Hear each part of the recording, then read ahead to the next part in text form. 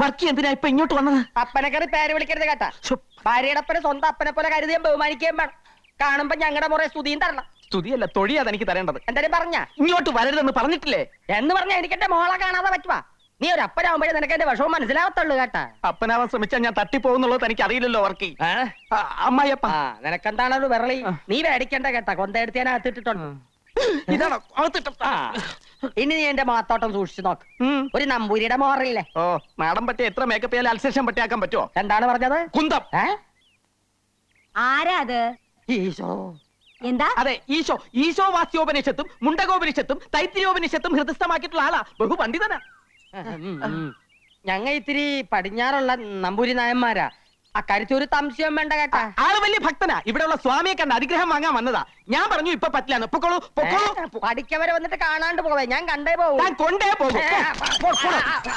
അമ്മജി നിർത്ത്.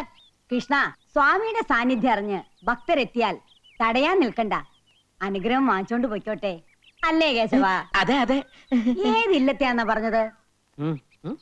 കോങ്ങാണ്ടൂർ കോവിലകത്തെ ബാലരാമവർമ്മയുടെ അനന്തരവൻ രവിവർമ്മയുടെ ശ്യാലൻ ഹരിവർമ്മയുടെ മാതുലൻ. മതി മതിയോ? ഇദ്ദേഹത്തെ ചാവടിക്ക് കൂട്ടിക്കൊണ്ടുപോയി ദർശനത്തിന് വേണ്ടി സൗകര്യം ചെയ്തു കൊടുത്തോളൂ. വന്നോളൂ, മാറുക. അമ്മച്ചി പറഞ്ഞല്ല, പിന്നെ എന്താണൊരു താമതം?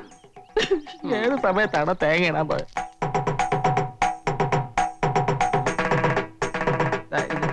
ഇതേത് യുഗാണ്? ഇത് ഞാനാണപ്പ അപ്പന്റെ മകള് കൊച്ചുത്രേസ്യ. എന്റെ മാതാവേ, ഇതെന്നാ കോലമാണ്? കോലോത്തുനിന്ന് നൃത്തബാല നടക്കാൻ പോണോ മകളെ? ആവേശാനന്ദ സ്വാമികളുടെ വേഷത്തിലിരിക്കുന്നത് നസ്രാണി പെണ്ണാണെന്ന് അറിഞ്ഞാൽ നൃത്തബാലയല്ല, മുത്തശ്ശിയുടെ സംഹാര താണ്ഡവം ഇവിടെ നടക്കും. താണ്ടാവോ? അതെന്താണ്? ഉണ്ടയാ? അയ്യോ, അപ്പനും മോളൊന്ന് ശബ്ദം കുറച്ച് സംസാരിക്കാൻ. പെണ്ണായി പറന്നിട്ടും സ്വാമികളായി ജീവിക്കാനാണപ്പാ എന്റെ വിധി. ഒരു സ്വാമിയായി ജനിച്ചിട്ട് പെണ്ണായി കഴിയുന്നതിലും എത്രയോ ഭേദമാണിത്, അല്ലേ? നീ താടിയും മുടിയൊക്കെ എടുത്ത് മാറ്റി. നിന്നെ ഞാനൊന്ന് ശരിക്ക് കണ്ടോട്ട് മകളെ. അപ്പനും മോളും കൂടെ എന്നെ കൊലക്ക് കൊടുത്തേ അടങ്ങുമല്ലേ? ഇങ്ങോട്ട് ആരും വരൂല മകാനെ. വന്നാൽ ആര് സമാധാനം പറയും? കർത്താവ് പറയും. കർത്താവ് താടി എടുക്കാൻ പറ്റൂല. അയ്യോ, എന്റെ അപ്പന്റെ ഒരാശയല്ലേ. നിങ്ങൾ ആരാണ്ടും വരുന്നോന്നൊന്ന് നോക്കിക്കോ പ്ലീസ്. അപ്പോഴേക്കും ഞാനിതൊന്നും എടുക്കട്ടെ. മകളെ ഇങ്ങോട്ട് പോകുന്നേ പിന്നെ ഈ അപ്പന് ഒരു മനസമാധാനവും ഇല്ല. ഈ വർക്കിക്ക് ആണും പെണ്ണുമായിട്ട് ആകെ കൂടെ ഉള്ള സമ്പാദ്യമാണ് ഈ നിക്കണത്. അപ്പൻ എന്തിനാണ് ഇങ്ങനെ വ്യാകുലപ്പെടണത്? ആൾമാറാട്ടം നടത്തി ഇങ്ങനെ എത്ര കാലം ജീവിക്കും മകളെ? ഇങ്ങനെ ജീവിക്കണതിലും ഭേദം ചാകണതാണ്. എന്റെ മാതാവേ, പക്ഷേങ്കില് ഈ ബ്രഹ്മചാരിക്കട ശവവും കൊണ്ടേ കൊച്ചു ത്രേസ്യെ വിടുന്നു പോവും. അത് നല്ലതാണ്. ഓം ജയ് ഹനുമാൻ. ആരോട് ചോദിച്ചിട്ടാ നീ ഇതിനകത്ത് കയറിയത്? പാലൊക്കെ ഞാൻ കൊടുത്തോളാം, നീ പോയേ. അതെന്താ? ഞാൻ സ്വാമിക്ക് കൊടുത്തതിന്റെ കുഴപ്പം? സ്വാമി ഇപ്പൊ ശീർഷാസനത്തിൽ നിൽക്കുക. മാത്രമല്ല അങ്ങനെ പെണ്ണുങ്ങളുടെ കയ്യിൽ നിന്ന് പാല് വാങ്ങി കുടിക്കില്ല. നീ പോയാലാ പറഞ്ഞു അങ്ങോട്ട്. ഇതെന്ത് കുത്താണ് ഈശ്വര? ആ പെണ്ണ് കണ്ടിരുന്ന ഈ രണ്ടിന്റെ ശവം ഇവിടുന്ന് കൊണ്ടുപോയാ. അങ്ങനെ ഞങ്ങൾക്കടെ ശവം എടുക്കാൻ ഒരു നായി വളർന്നിട്ടില്ല. ഒരു മാസത്തെ സമയം നിനക്ക് തരണം. എന്തിന്? ഈ വേഷം കെട്ടും ബ്രഹ്മചര്യവും മതിയാക്കി നീ ഒരു യഥാർത്ഥ ഭർത്താവാകണം, മനസ്സിലായ? എന്നിട്ട് എന്റെ മകാൾക്ക് വിശേഷം ഉണ്ടാക്കണം കേട്ടാ. അതെന്ത് വിശേഷം? അത് മകാള് പറഞ്ഞു തരും. അതെന്താണ്? അറുകലത്തുള്ളി അമ്മ ഇങ്ങോട്ട് വരുന്നുണ്ട്. അങ്ങോട്ടല്ല, ഇങ്ങോട്ട്. മകളെ, മകളെ,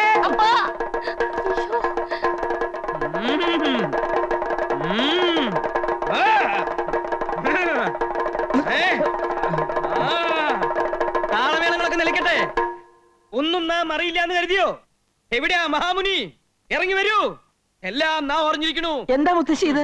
കാവില് തൊഴുതോണ്ട് നിൽക്കുകയായിരുന്നു.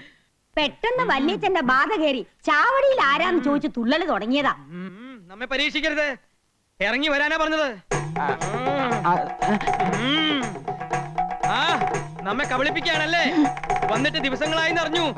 നമുക്ക് സന്തോഷായി. ഒരു മഹർഷിയുടെ സാന്നിധ്യം ഈ കോവിലത്തെ പരിശുദ്ധമാക്കിയിരിക്കണു. നമ്മുടെ എല്ലാ അനുഗ്രഹങ്ങളും ഉണ്ട്. വരിക, അനുഗ്രഹം വാങ്ങിക്കൊള്ളാൻ വരിക.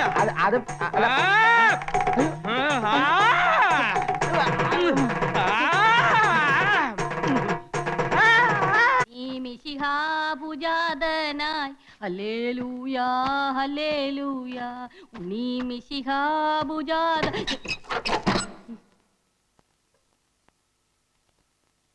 എന്റെ മകളെ, ഇത് ഞാനാ നിന്റെ അപ്പൻ ഇറുക്കിപ്പര വർക്കി. കണ്ണുറക്ക്. അയ്യോ അപ്പനാ. ഞാൻ വിചാരിച്ചു ഇവിടുത്തെ ഇടങ്ങേറി പിടിച്ച പോലെ തമ്പുരാക്കന്മാരും ആയിരിക്കുമെന്ന്. ഉമ്മറത്താരെയും കാണില്ലല്ല. മന്ത്രവാദി പിശാചുക്കൾ എങ്ങാട്ട് പോയി? കഴിഞ്ഞ ദിവസം ഒരു തമ്പുരാൻ ഈ വീട്ടിൽ പാമ്പ് കടിച്ചു മരിച്ചു. തെക്കേപ്പുറത്ത് അയ്യാക്കട കർമ്മം നടക്കേന്ന്. എന്റെ മാതാവേ, രക്ഷപ്പെട്ടു. ഇനി ആരും ഇങ്ങോട്ട് വരത്തില്ല. എന്റെ പൊന്ന് മകളെ ഇതൊക്കെ മാറ്റി നിന്റെ സ്വന്തം രൂപത്തിൽ ഇങ്ങാട്ട് വന്നിരി. ദേ അപ്പച്ചൻ നിനക്ക് പൊരിച്ച കോഴിയും പൊറോട്ടയും കൊണ്ടുവന്നിട്ടുണ്ട്. എന്റെ അപ്പ കേട്ടപ്പോ തന്നെ വായില് വെള്ളവും. കർത്താവേ, ഞാൻ ഇപ്പൊ തന്നെ ഇതൊക്കെ വലിച്ചു പറിച്ച് കളഞ്ഞിട്ട് വന്ന് കടിച്ചു പറിച്ച് തിന്നോളാം അപ്പാ. ഈ കുടുംബത്തിലെ ഒരു അംഗത്തെ പോലെ ആയിരുന്നു പണിക്കര്. അയാൾക്ക് ഇങ്ങനെ ഒരു ദുർമരണം വന്നല്ലോ ഭഗവതി. എന്റെ ഓർമ്മയിൽ ഇന്ന് വരെ നമ്മുടെ കാവിലെ സർപ്പങ്ങൾ ആരെയും ഉപദ്രവിച്ചിട്ടില്ല. എന്നാലും പണിക്കരെ പോലെ ഇത്രയും ഭക്തനായിട്ടുള്ള ഒരാൾക്ക് ഇങ്ങനെ ഒരു അനുഭവം വന്നല്ലോ എന്ന് ഓർക്കുമ്പോഴാണ്.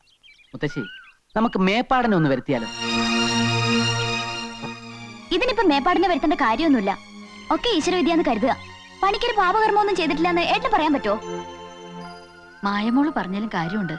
പണ്ട് മുത്തച്ഛനുള്ള കാലത്ത് ഗംഗ എന്ന ദാസിപ്പെണ്ണിന് പച്ചജീവനോട് കൊല്ലാൻ തീ കൊളുത്തിയത് പണിക്കരമാവനാണെന്നാ പറയുന്നത്. ഈ ദുർമരണത്തെ പറ്റി നമുക്ക് നമ്മുടെ സ്വാമിയോടും ചോദിച്ചാലോ? അത് ശരിയാ. കാര്യങ്ങൾ ഗ്രഹിക്കുന്നതിൽ മേപ്പാടിനേക്കാളും കഴിവ് സ്വാമിക്കായിരിക്കും. താപസിയല്ലേ അല്ലേ കൃഷ്ണ? അതെ, പക്ഷെ ഇപ്പൊ അങ്ങോട്ട് പോണ്ട. അദ്ദേഹം ശീർഷാസനത്തിൽ അല്ല ധ്യാനത്തിലായിരിക്കും. ശല്യപ്പെടുത്തണ്ട. അദ്ദേഹത്തിന് ഒരു ശല്യാവൂല്ല. പുണ്യാത്മാക്കളെ പറ്റി നിനക്കെന്തറിയാം? സ്വാമിയുടെ ജ്ഞാനദൃഷ്ടിയിൽ ചിലപ്പോ പണിക്കരുടെ ആത്മാവിനെ കുറിച്ച് വല്ലതും തെളിഞ്ഞാലോ? സാവിത്രി, കൂടെ വാ, നമുക്കൊന്ന് ചോദിക്കാം. മുത്തശ്ശി, അങ്ങനെയാണെങ്കിൽ ഞാൻ കൂടെ വരാം. അദ്ദേഹത്തിന്റെ ഭാഷ നിങ്ങൾക്ക് മനസ്സിലാവില്ലല്ലോ. ആ. ജയ് ഹനുമാൻ.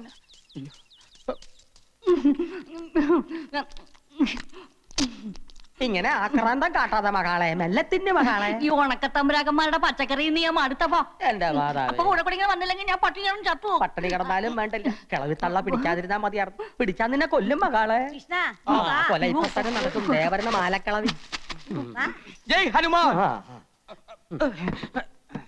ഈശോ.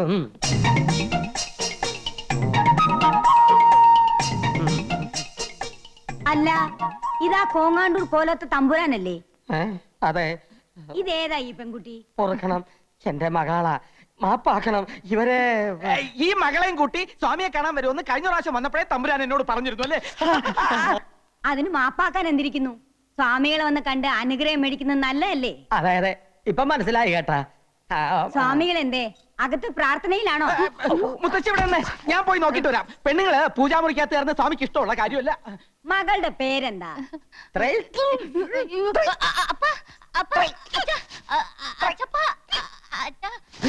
അയ്യോ, ഇതെന്ത് പറ്റി? കുട്ടിയുടെ പേര് ചോദിച്ചതാ. എന്താ തമ്പുരാന്? ഇത് ഗ്യാസാ. പിന്നെ കുട്ടിയുടെ പേര് ത്രയംബകം. ത്രയംബക തമ്പുരാട്ടി. ഇത് നേരത്തെ പറയാൻ പാടില്ലായിരുന്നാ? ഗ്യാസ് വലച്ച്.